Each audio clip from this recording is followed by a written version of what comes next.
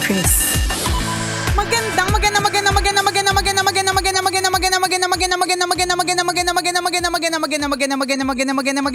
Magandang tanghali, mga tambalanista, mga kabisyo. Hi, partner! Parang mukha ang 18 years old ngayon. Ay, nako, wag mo na akong binobola. Tigilan mo na ako sa mga pambobola kung alam ko namang madali ako maskam. Pero alam ko din kapag papunta na sa mangungutang. O hindi naman. Ay, hindi. Oo, Hindi, wala. Wala pera. Wala. Mukhang butante ng SK. Hindi. Debutante. Akala ko, butante ng SK. Mukhang bata pero bingi.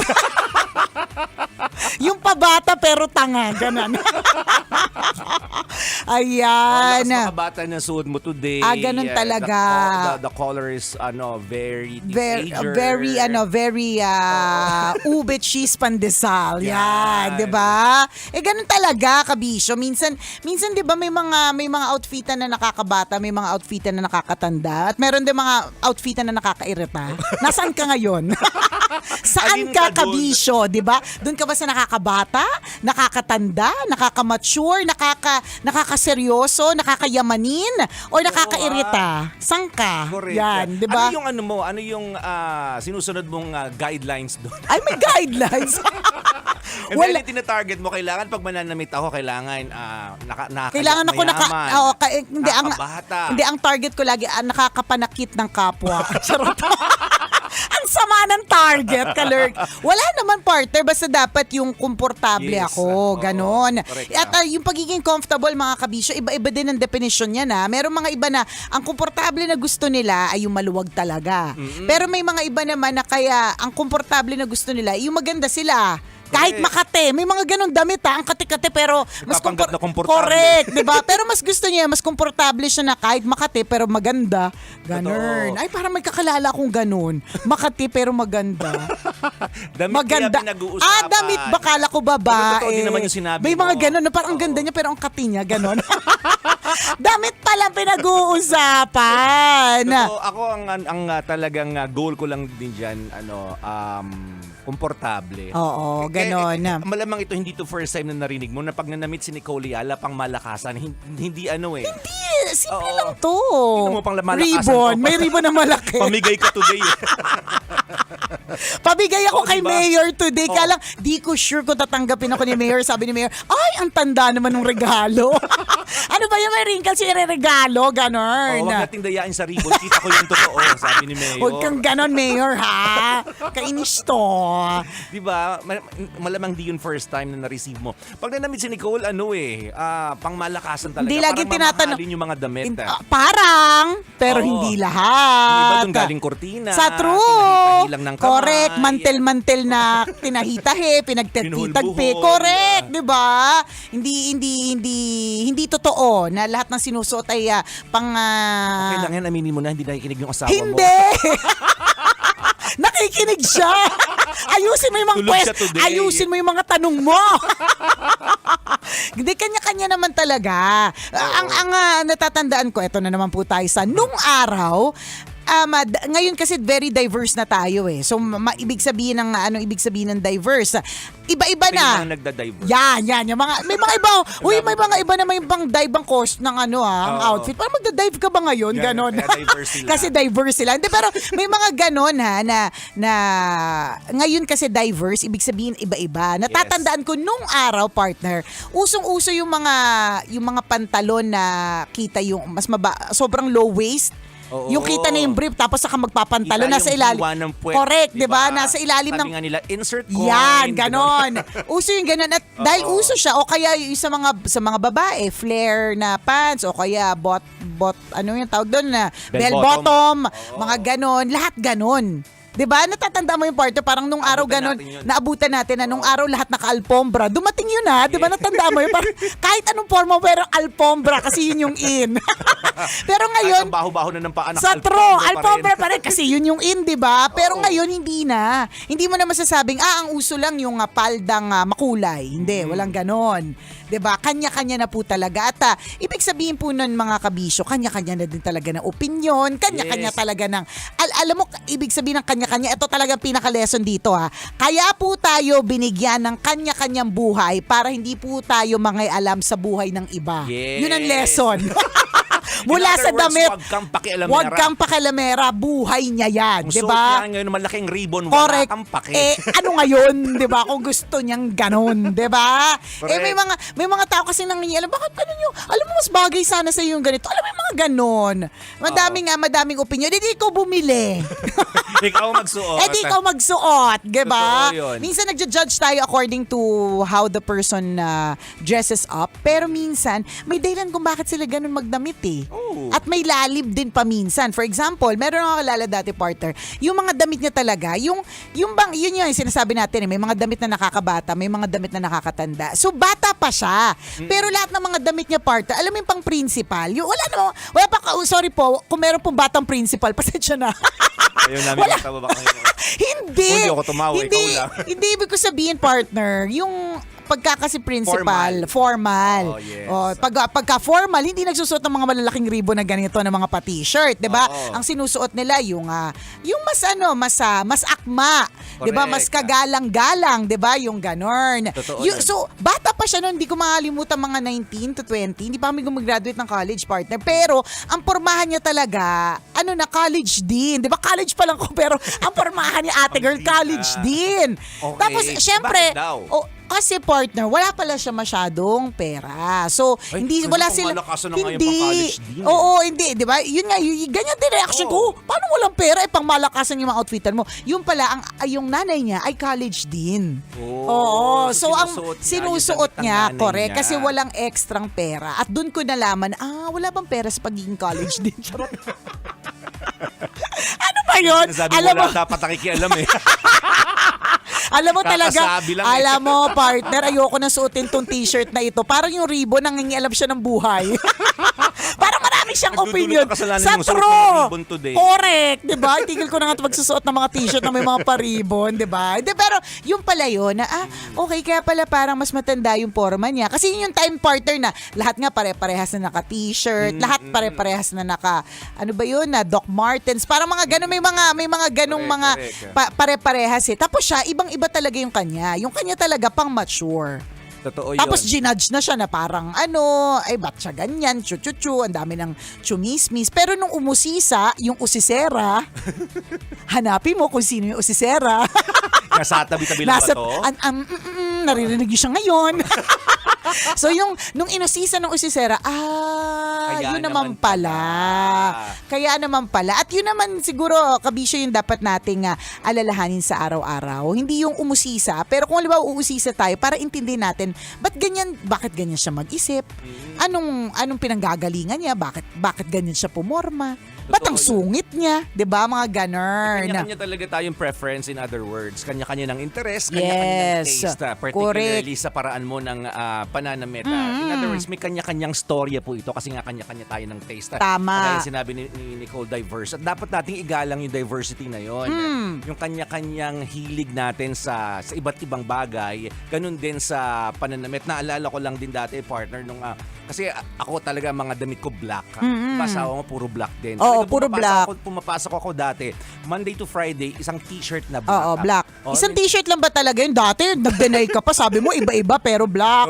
Ngayon, ayan, umamin din. Iisang t-shirt lang talaga. Hindi kasi, Isang kulay. hindi. Oo. Part, aminin mo na kasi. Ibig sabihin yung amoy. Yun yung Ano yung sasabihin. amoy nung Monday, ganun din yung amoy hanggang Friday. Yun din yung Isa lang sasabihin ko sana, maasim, ganun. iisa lang ang amoy. Kaya aminin mo na, iisa lang talaga yung t-shirt. Tapos, May kwento kasi doon eh. Diba? Kasi yun ang gusto ko, black ka. correct. Tapos gusto ko, madaling isuot. Hindi pinaplansya, pinapagpag lang. Pagkakuha tama. mo sa sampayan or pagkakuha mo sa cabinet mo, Agad yung masusuot tela na mo. yun, talagang papagpagin mo lang. Hindi Correct. mo na kailangang plansya. Pero pag nakita ng mga tao sa labas, isipin, bakit hindi siya nagpapalit tapos nabubulungan pa pa sila. Parang wala ba siyang perang pambili ng damit? Oo, may mga ganun Oo, judgment. pero ang kwento talaga nun, yun yung preferred nung tao. Correct. Diba? Doon Oo. siya komportable. At doon siya masaya. At madaling isuot, Actually, partner, mga kabisyo, kapag ka pumunta po kayo sa, kunyari, sa cabinet ni Chuper, pare-parehas talaga yung itsura. Parang okay, ba't ka pa bumili? Parang isa lang naman, di ba? O, sa sapatos nga, diba? Oo, Pare-pareho sa sapatos. lang din siya. Correct, pare-pareho lang din. Puro Ganon. white ka. Kasi kanya-kanya nga naman yun. Totoo. Kanya-kanyang diskarte, kanya-kanyang trip. Kaya uulitin natin ang lesson dito sa usapan na ito. Kaya tayo binigyan ng kanya-kanyang buhay para hindi tayo mangialam sa buhay ng iba. Yan. Huwag makialam, huwag Yan. intrimitida. Correct. Huwag pakialamera. Tanungin natin itong Grab driver na ito kung nangingialam ba siya ng buhay ng may iba. Yan. Siya ay tahimik. Oo. Yan. O siya ay Nonchalant din, nonchalant ganon. lang, Oo. observe, ganun. Kasi may ganun, 'di ba? Meron kang masasakyan na driver na pag may kausap ka, after nyo mag-usap, na-experience ko to after nyo mag-usap ng kausap mo sa phone, may opinion siya tungkol sa usapan kahit hindi mo siya Nakikinig pala. kasali. May Ang galing niya, nag-gets ganon! yung sinasabi ng May kabilang ganon! party, Na parang, ako ilang beses na ako nakasakay sa ganyang klaseng chuper, na naaaliw din naman ako kasi parang nag-gets niya yung buong usapan, ako lang naman na naririnig niya. 'Di ba? So may ganon. Pero meron din naman na tahimik lang talaga siya. Yung kapag ka hindi mo tinanong, hindi siya magsasalita. 'Di ba? Meron din naman na paawa ang effect. 'Di ba? Na parang wala ka namang sinasabi pero kunento niya na 6 ang anak niya, 'di ba? May mga ganon. Kaya itong sinakyan ni Conyo Bicolano, si Kuya Alvin Mendoza. Yan. Kuya Alvin Mendoza, anong kwentong chuper mo? Yes, Ikaw ba yung alam mo. Ay, oo nga pala. Huwag nga pala sa makialam sa buhay ng iba. Ichika na lang sa akin ni Conyo. O yan. Ingatan mo yan si Conyo Bicolano, Kuya Alvin, yan ang superstar ng Bicol. Camarines Norte. Nako. Sinasabi ko sa iyo, Kuya Alvin. Nako. Pag naitawid mo yan sa bahay nila. Ay, nako, sinasabi ko sa iyo. Ay, nako, sinasabi ko sa iyo. Ay, bibigay niyang tip sa iyo. Ay, ang huling binigyan ng tip ni Conyo Bicolano, mga kabisyo hindi niya binigyan ng tip. Oh. Binigyan niya ng certification. Oo, binigyan niya ng Kasi certification. best in. Hindi, certification na meron na siyang parte ng mayon. Ganon, di ba? Medyo may sayad kasi doon si Conyo minsan. Kaya nga siya nakapasok sa Love Radio eh. Wala pa nakakapasok dito na na matino. Charot. Yan. Kayo Dapat may sabit ang correct. utak. Ganon, Kaya yung mga bisita natin ngayon, confirmed, may sabit dito sa utak. Bakit siya nakatutok sa tambalan? Speaking of judging. Judging sa kutis ng ating mga bisita ngayong araw na ito. Ay, nako, Yan. sabi ko nga kanina, nakita ko parang Yayamanin, sila. oo. At dahil parang yayamanin, parang ang gaan ng kalooban natin sa kanila. Yan. Parang tagalan natin silang Ay, kakilala. naku, totoo yan. Di ba? Parang dati magkainuman tayo, ganun. Di ba? Ano na nga names na itong mga bisita natin today? Shara and Kathleen. Shara and Kathleen. Sabi niya Kathleen. Shara and Kathleen. Sabi Ganun. Kathleen lang yan eh. Oo. Tingnan mo naman, legs pa lang. correct. Bumabantera na. Tingnan mo yan, Tsaka tingnan mo partner. Isang, makukonsider mo ba si Shara na morena? Morena.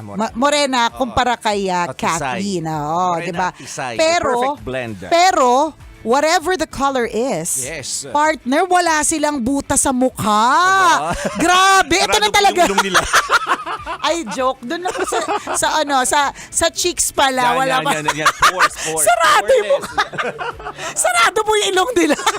Hindi, wala Walang sila. butas eh. Hindi kasi minsan hindi nagigets ng ibang tambalanisa natin yung pag sinasabi nating open pores. Ang message nila sa Facebook, open pores. Diba? So butas sa mukha. Tingnan mo, i-close up mo. Pak, walang butas sa mukha. Walang powder, pero ang bikinis nila eh. Sa true. Anong dala nyo? Ayan, yan ang susunod. Kapag kaganyan ng mga medyo yayamanin ng bisita, ano po ang alay? Ayan, i-close up ang alay. Ayan. May dala. Ay, sinasabi ko na nga Parang ba? medyo lumamig na siya. Parang, di ba? Nag-moist na yung chicken eh. Pero masarap. Uy, thank you for Pwede pa rin, visiting. Kayo ba ay visiting the Philippines, OFW? Anong mga trabaho ninyo? Ay, sinasabi ko na nga ba? I-judge kita. Ikaw ay, charot, di ba? OFW, bumisita sa Pilipinas. Anong OFW from what? Nagbabakasyon. Oo, nagbabakasyon. Yan. Ganyan po ang mga Sabi dapat natin. tularan na kapag ka, nagbabakasyon ka, nakatuto ka sa tambalan, kapag ikaw ay abroad, daan-daan ka din dito. Bigyan mo ng Bigyan ng oras. exposure. Yan. Anong bansa ito? Ay. Ireland. Oo. Naku. Iba Ano bang meron sa din. Ireland? Ano meron doon? Malamig ba doon? Magsabi ka ng totoo, malamig. baka nasa ka lang. Hindi, partner. Tinanong ko kung bakit malamig. Oh. Kung malamig ba doon. Oh. Eh di confirm kaya wala silang butas sa mukha. Nagsara na. Nagsara na. Kasi nga, Nakakatakot pag gano'n. di ba? Baka magsara din yung ibang butas ng katawan ko pag Pag malamig. nag-umpisa na sa mukha eh. Hindi, partner. Kapag ka medyo malamig kasi yung lugar.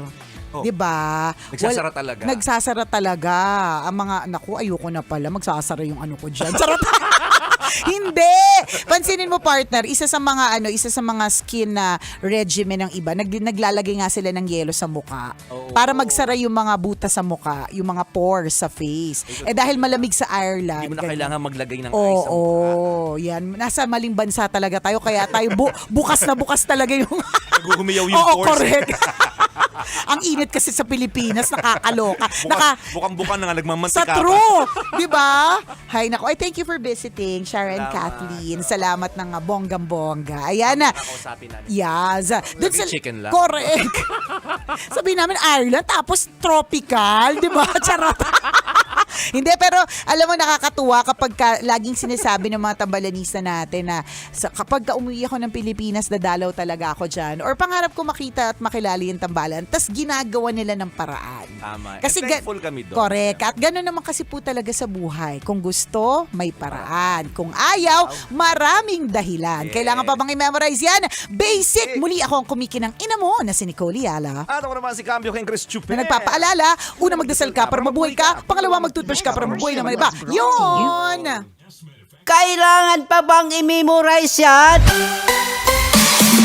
Love Radio. Basic!